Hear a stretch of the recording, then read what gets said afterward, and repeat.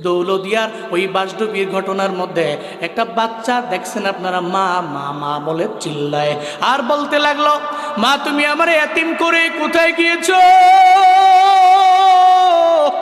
ও মা তুমি আর তোমাকে নিয়ে আমি তো ঢাকায় রওনা হয়েছি। যখন বাসটা নদীর মধ্যে পড়ে গেল, ওই জায়গার মধ্যে মা একটাবারও নিজের জীবনের কথা মা চিন্তা করলো না। মা ওই রেলিংয়ের ভিতর দিয়ে নিজের সন্তানটাকে মা বের করে দিল। মায়ের মনের মধ্যে চিন্তা, আমার পোলাটা একটু বাইচা যাক, আমার পোলাটা সাঁতার যেহেতু কাটতে পারে, ও সাঁতার কেটে একটু পারে যেতে পারবে, সবাই তারে দৌড়াদৌড়ি করে ওপরে ওঠাবে। মার মনের মধ্যে চিন্তা নিয়ে রেলিং দিয়ে নিজের সন্তানটাকে বের করে দিল। মায়ের কোনো খবর নাই।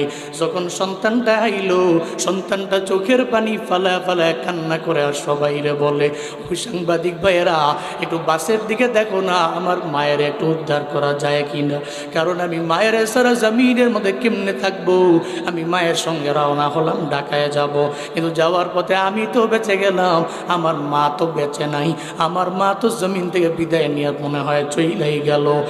এই দৌলদিয়ার ঘটনা তোমার আমার স্মরণ করে দেয় মরণ তোমার আমার কি পরিমাণে কাছে আমার আল্লাহ অসহায় বানাইতে দেরি করে না। হঠাৎ করে আমি দুনিয়াছি, আবার তো আমি চাইলেই হঠাৎ করে আমার আল্লাহ চাইলেই আমি গরিব হয়ে যাব।